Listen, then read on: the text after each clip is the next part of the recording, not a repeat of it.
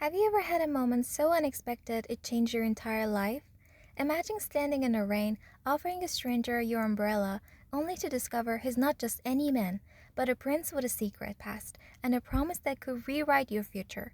This is Elara's story, a tale of fate, forgotten childhood vows, and a love that defies all odds. Stay with me because what happens next will keep you guessing, and I promise you won't want to miss a single twist.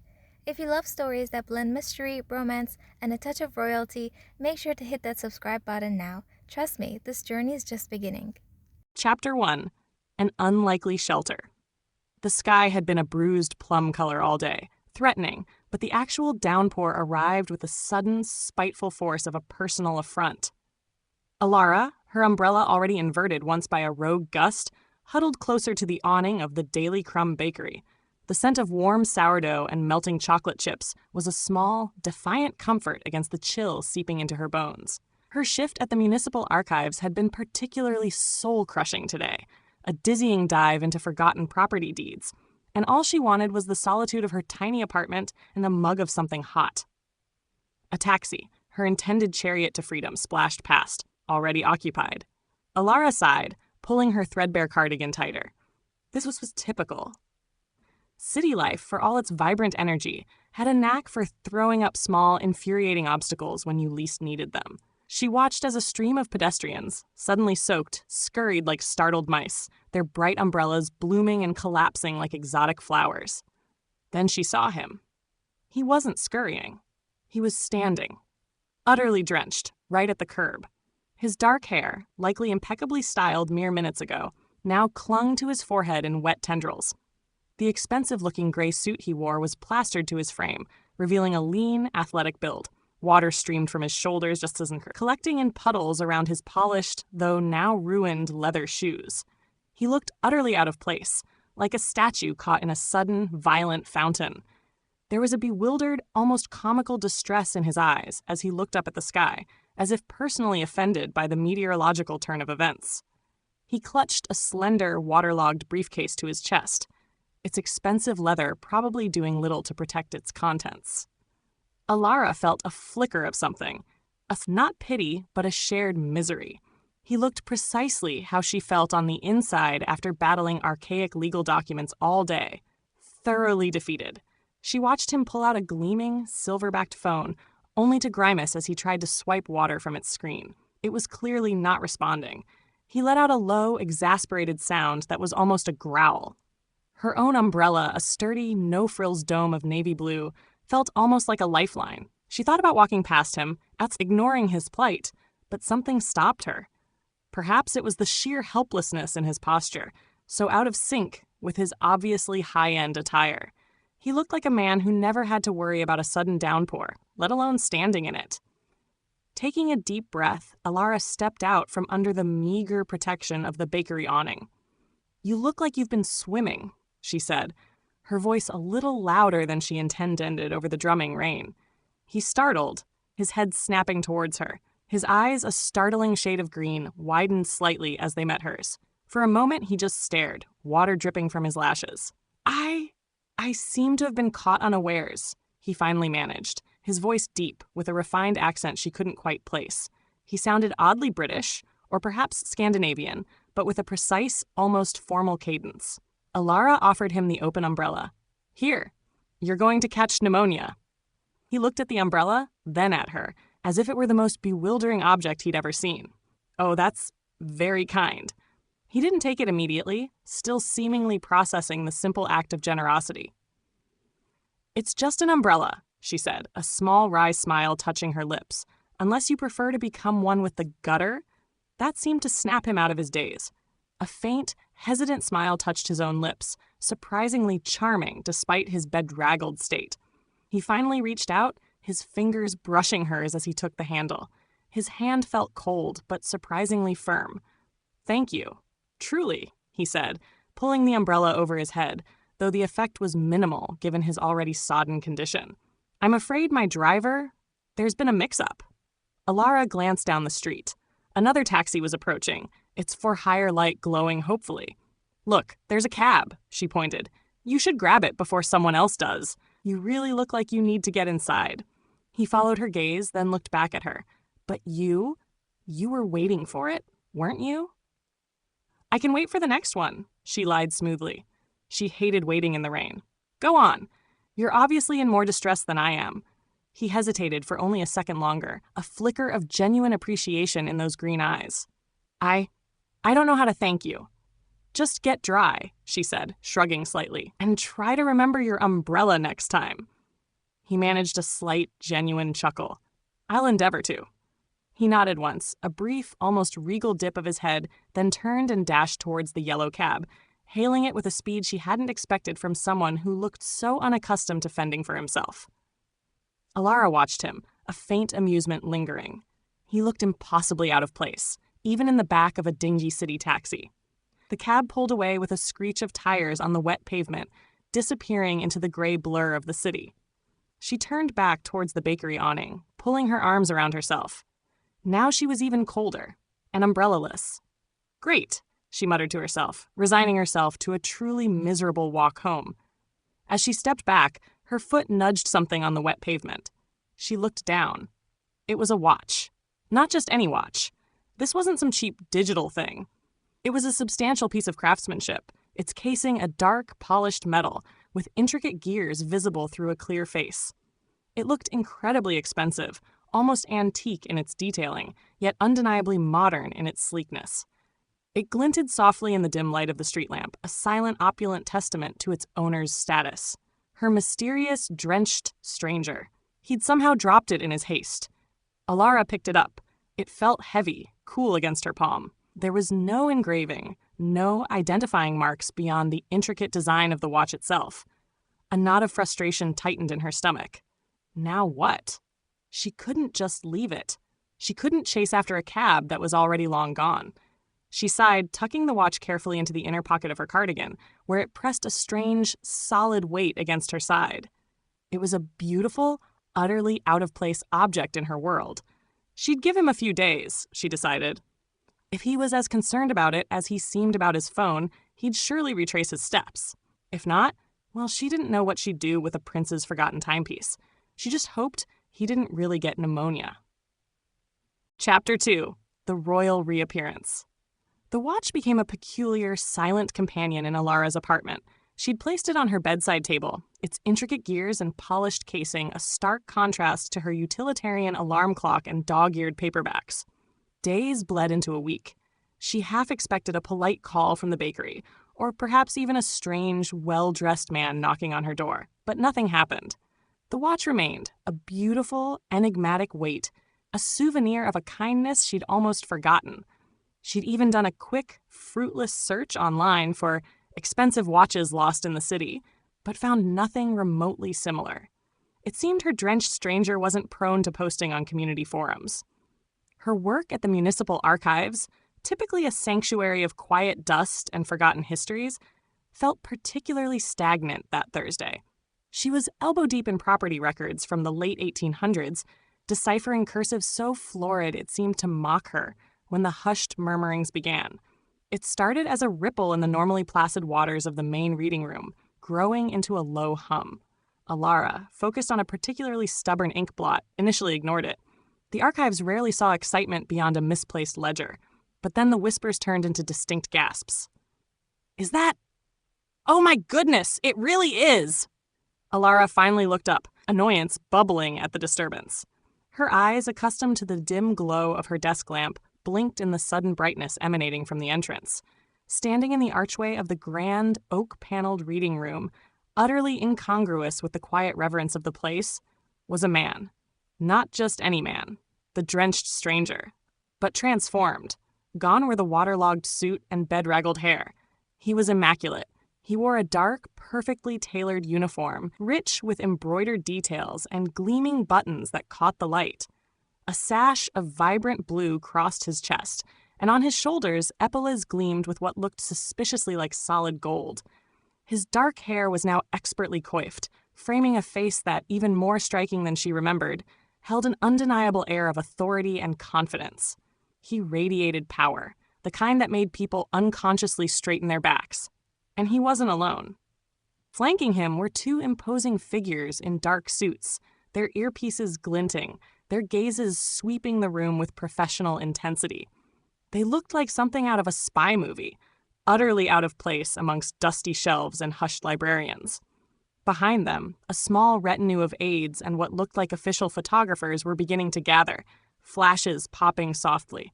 He scanned the room, his striking green eyes moving slowly, deliberately, until they landed on her. For a split second, a flicker of something she couldn't quite decipher. Recognition?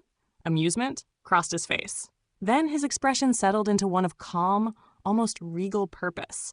He began to walk towards her desk, his footsteps surprisingly light on the polished wooden floor, but each step resonating with an undeniable presence. Elara felt her breath catch. This was no ordinary man. This was someone important. Very important.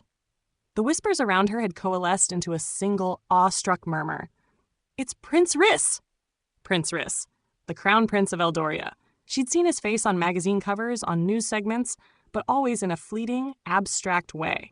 He was a symbol, not a person who stood dripping wet outside a bakery. And now he was walking towards her. He stopped directly opposite her desk, his security detail fanning out subtly, creating a respectful, yet impenetrable perimeter. He looked down at her, a faint, knowing smile playing on his lips. It was the same smile he'd given her in the rain, but now it held a new dimension of self-assured charm. "Miss Elara Vance, I presume?" His voice was deeper than she remembered, each syllable perfectly articulated, carrying over the stunned silence of the archives. Elara's mind raced. How did he know her name? Had he looked her up? The archives had a public directory for staff, but still? She swallowed, trying to find her voice. "Yes, Your Royal Highness," she managed, the title feeling strange and foreign on her tongue. He reached into his inner jacket pocket, his movements fluid and precise. He pulled out a small, velvet pouch. He opened it, revealing not a diplomatic document or a royal decree, but a watch. It was identical to the one resting on her bedside table, gleaming and intricate. He held it out, his gaze unwavering. "I believe this belongs to me," he said, his voice low and rich. His eyes then flickered to her, holding hers. A spark of mischief entered his gaze, and his smile widened slightly. "And I have come, Miss Vance," he continued, his voice carrying just enough to be heard by the awestruck onlookers, "to return what is mine, and perhaps to claim what is yours." A collective gasp swept through the reading room. Elara felt a blush creep up her neck, her mind reeling. Claim what was hers? Was he talking about the watch she'd found? Or was he implying something far, far grander in front of an entire room of witnesses and presumably the world? Chapter 3. An Unbelievable Invitation. Elara's mind was a whirlwind. The archives, usually a sanctuary of quiet, was now a buzzing hive of hushed whispers and frantic phone calls. Prince Riss, still holding the twin to the watch she'd found, simply stood there, waiting. His statement, delivered with a charm that bordered on theatrical, hung in the air, audacious and utterly bewildering. "Your Royal Highness?" Elara began, attempting to inject some semblance of composure into her voice, though her heart was thrumming against her ribs like a trapped bird. I'm not sure I understand." A corner of his mouth lifted. "My apologies, Miss Vance." "I'm quite certain you do. I came for my watch. And I came for the woman who, without a moment's hesitation, offered her only shelter to a rather pathetic-looking stranger in the rain." He paused, his gaze deepening. "My intentions are entirely honorable, I assure you, but perhaps a more private conversation is in order."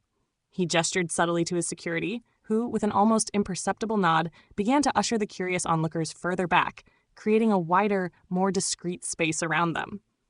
I have a job," Elara stammered, gesturing vaguely to her desk, piled high with century-old documents. This was insane. She couldn't just leave. Prince Riss merely smiled. "I believe your superior has already been informed. Arrangements have been made." He extended his hand, an almost imperious gesture, yet softened by the warmth in his eyes. "Shall we?" Still in a daze, Elara found herself rising. Her legs felt strangely unsteady. She cast a desperate glance at her desk, at the mundane reality of her workday, then back at the prince. This couldn't be real. It felt like an elaborate prank, perhaps a hidden camera show, designed to make her the unwitting star of some viral internet sensation. Her mind grasped at straws, trying to find the logical explanation for this surreal encounter. She took his hand. It was warm and firm, a stark contrast to the cold, wet touch from that rainy day. He didn't lead her, merely guided her, allowing her to set the pace as they walked out of the reading room, past the gaping faces of her colleagues, and into the grand entrance hall of the archives. Outside, a sleek, armored black limousine waited, its tinted windows reflecting the gray, still drizzling sky. The security detail opened the door. The interior was plush, a silent, scented cocoon that instantly separated them from the curious stares of passersby and the flashing cameras of the small group of paparazzi who had materialized as if by magic. "I assure you, Miss Vance, this is quite real," Prince Riss said, his voice a low rumble beside her as the car pulled away smoothly, gliding through the city streets with an almost unnerving grace. "Though I understand your skepticism, one doesn't simply walk into a royal palace on a Thursday afternoon."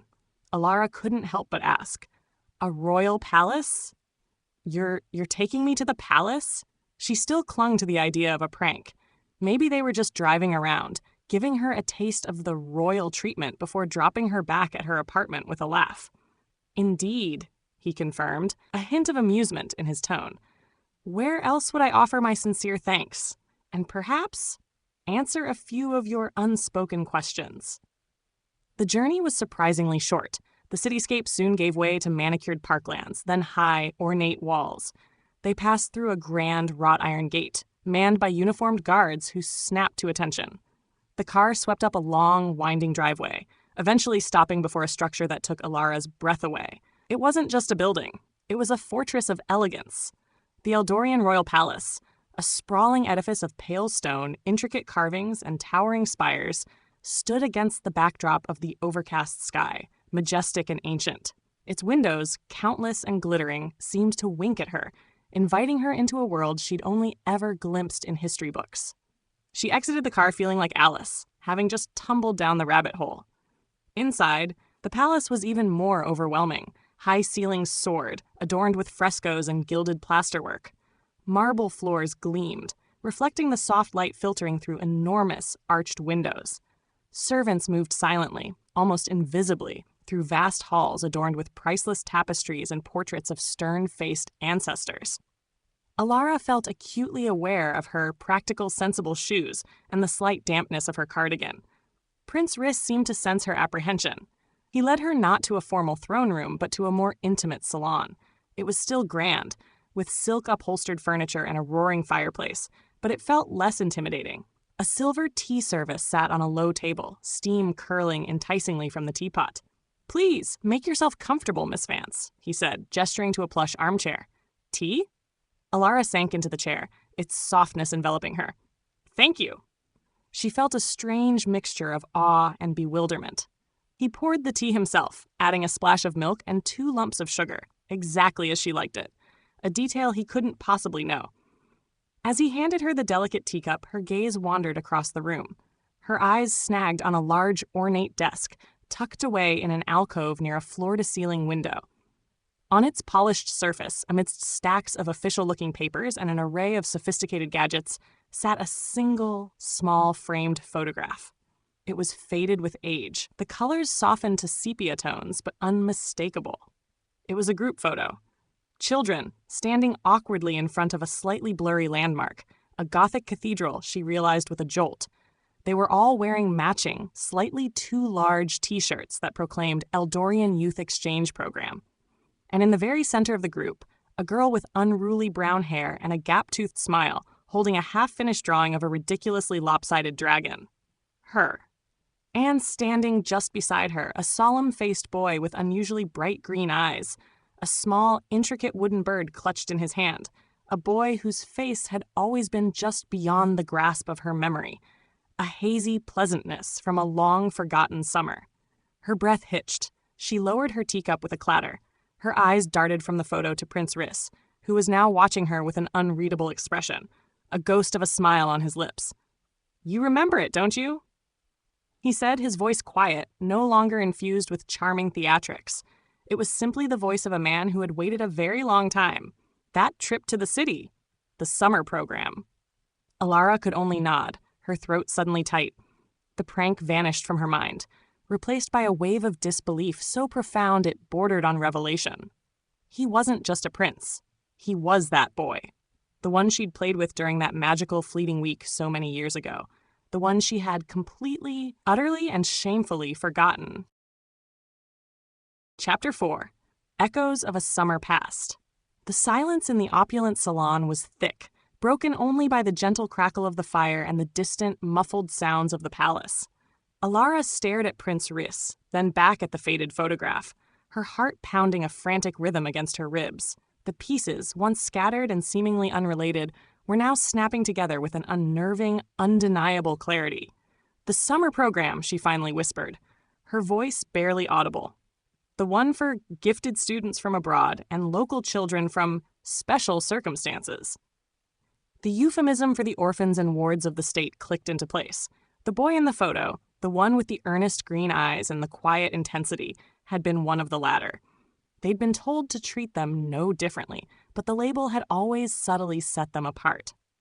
Prince Rhys nodded, his gaze soft, almost melancholic, as he looked at the photograph. "Indeed. My mother, the Queen, believed strongly in outreach programs, even for those of us who were sheltered from the public eye." He paused, a wry smile touching his lips. "I was introduced as Rhys Aethel, a distant cousin, perhaps. An orphan seemed a less complicated explanation for my lack of a known family name. It offered a degree of freedom I rarely experienced." Elara's mind raced back. That week had been a blur of educational tours, scavenger hunts through ancient ruins, and art classes in sun-drenched courtyards. She remembered the boy, Rhys. He'd been quiet, observant, but also fiercely imaginative. While other children bickered over paintbrushes, he'd been content to sit beside her, helping her sketch the gargoyles on the cathedral. He'd shown her how to carve tiny birds from scraps of wood he found, each one impossibly detailed. He had seemed so much older than his years, yet also incredibly vulnerable. "We built a fort," she murmured, the memory bubbling up. "In the old oak tree behind the art studio. You said it was a lookout for future adventures." A genuine, unrestrained smile finally broke across his face, lighting his eyes. "You remember. I wasn't sure you would." His voice was laced with a relief that surprised her. "You drew the battle plans. You said it was where we'd plan our escape from all the boring grown-ups." She remembered the feeling of utter camaraderie, a bond forged in shared silliness and whispered dreams. They'd spent hours in that tree, inventing elaborate futures. "And the vow," he continued, his voice dropping, becoming more serious. "On the last day, we traded tokens. You gave me that ridiculous lopsided dragon drawing of yours, and I gave you this." He reached into his jacket again, pulling out a small, intricately carved wooden bird, identical to the one he clutched in the photograph. It was tiny, perfect, and clearly very old. Elara's eyes widened. She still had it, tucked away in a small forgotten box of childhood treasures in her closet. She'd always remembered the little wooden bird, but never connected it to the boy or his real identity. "We promised," he said, his gaze fixed on hers, intense and unwavering, "that no matter what, we would find each other again. That when we were grown, we'd build a real treehouse palace, somewhere we could truly be free. And that we'd marry. And rule it together." He chuckled softly, a warm, resonant sound. "A child's promise, I know, but for me, it became a beacon." The weight of his words settled over her. A child's promise. For him, a beacon. For her, a sweet, fleeting memory, lost amidst the currents of growing up, overshadowed by the mundane struggles of forging an adult life. A profound shame washed over her. How could she have forgotten something that clearly meant so much to him? You never forgot?" she asked, the words barely escaping her throat. "Never," he confirmed, his voice firm. "You were the only person who saw me, truly saw me, not as the future prince or the quiet ward, but just as Rhys." After the program ended, I searched, discreetly at first, then more actively when I gained more influence. The program records were sealed for privacy, and your family moved. But I held on to the drawing. And that watch, he tapped the one in his hand, then gestured towards her side, where she still carried its twin. "It's a family heirloom, passed from parent to firstborn. I lost it only once before when I was a child, the first time I met you." Elara felt a lump form in her throat. The watch wasn't just a dropped item. It was a symbol, one he had lost and found with her before. The coincidence was staggering. Or perhaps, as he seemed to suggest, something more akin to destiny. When I saw you standing there in the rain, offering your umbrella, your kindness, it was like stepping back in time," he continued, his gaze warm. The same genuine spirit, the same eyes. "I knew it was you, Elara. There was no doubt." He paused, then leaned forward slightly, his expression earnest. "I know this is a lot to take in, and I know it sounds like something from a storybook, but it's my truth, and I've waited a very long time to share it with you." Elara sat, utterly speechless, the forgotten tea growing cold in her cup. The man sitting opposite her, the future king of Eldoria, was not a stranger at all. He was Rhys, the boy from the treehouse, the keeper of a childhood vow she had let slip away. And now he was here, ready to claim it. Chapter 5. A Kingdom's Cheers. The revelation of their shared past hung heavy in the air, a delicate, fragile thing woven into the tapestry of Elara's present. For the rest of the afternoon, Prince Rhys spoke, not as a monarch in waiting, but as the boy from the treehouse, recounting forgotten details, shared jokes, and the profound impact their brief connection had on his formative years. Elara, in turn, found herself recalling more and more, small flashes of a carefree week when she too felt truly seen. Yet the grandeur of the palace, the retinue of silent staff, and the constant awareness of his royal title prevented the easy intimacy of children. The stark reality of his life, however, soon cast a long shadow. After their tea, his aides, discreet but insistent, ushered him away for urgent meetings. He'd promised to send a car to take her home, a promise he fulfilled with typical royal efficiency. As she stepped back into her small apartment, the contrast with the palace was dizzying. The wooden bird, so carefully preserved, felt both like a cherished memory and an impossibly heavy burden. The next few days were a blur of media frenzy. Her name, once confined to obscure archive records, was now splashed across every tabloid. Archivist's royal romance? Prince Rhys's mystery woman revealed. Paparazzi camped outside her building, and her phone rang incessantly with calls from curious colleagues and desperate journalists. The palace issued a terse statement acknowledging her presence, but nothing more. Then came the official announcement from the royal court. Prince Rhys would be making a significant address to the nation on Saturday concerning a matter of national importance.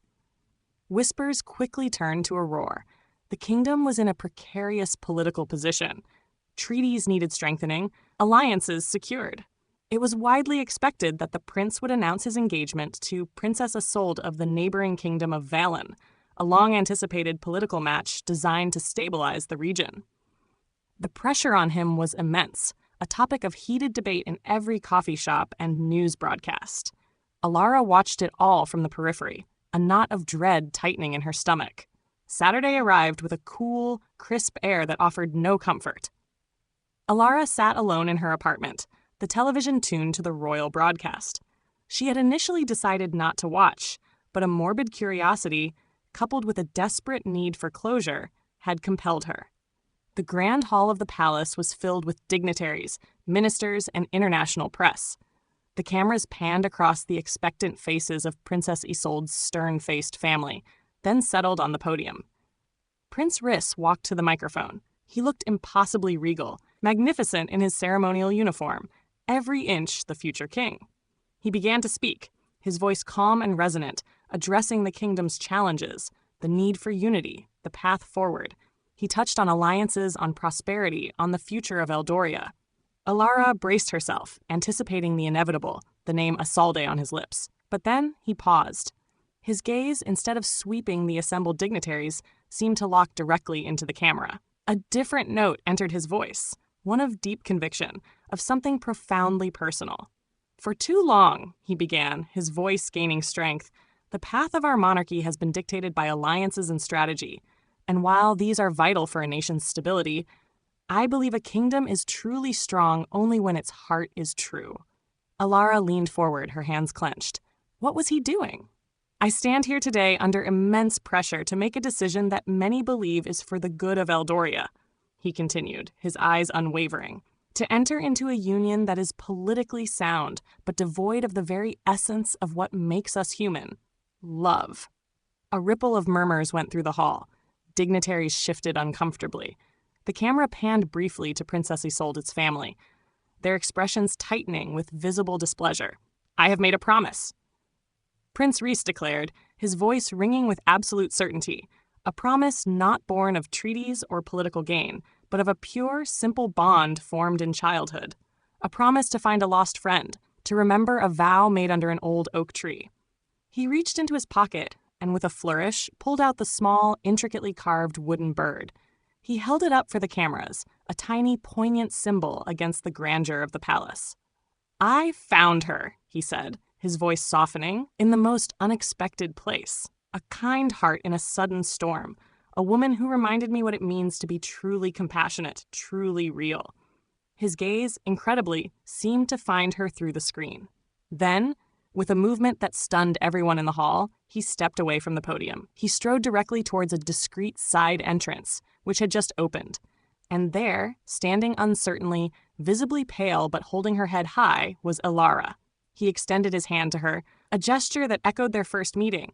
Elara Vance, he said, his voice clear and ringing through the hallowed hall, broadcast live to millions across the kingdom and beyond.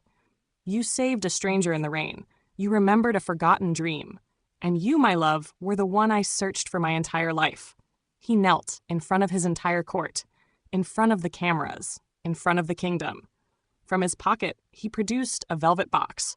It wasn't ostentatious, but elegant. He opened it, revealing a ring with a single magnificent sapphire, the color of his eyes. Will you, Elara Vance? Prince Rhys asked, his voice filled with an earnest devotion that cut through all the pomp and circumstance. Do me the profound honor of becoming my wife? And together will we build our kingdom, not just on stone and treaties, but on kindness, truth, and love. For a breathless second, the hall was utterly silent. The world seemed to hold its breath. Then a single, tentative cheer erupted from the back of the hall. It was followed quickly by another, then a wave, building into a thunderous roar. The people, watching on their screens, listening on their radios, exploded in a cacophony of sound. They cheered for the unexpected, for the romance, for a prince who chose love over duty, for a future queen who was one of them. Cheers and applause filled the palace, vibrating through Elara's very bones. Elara, tears stinging her eyes, could only nod, her yes lost in the joyful, overwhelming ovation of a kingdom that had just found its fairy tale. Wow, what a journey, right? Thanks for listening, and I can't wait to share the next stories with you soon. Until then, take care.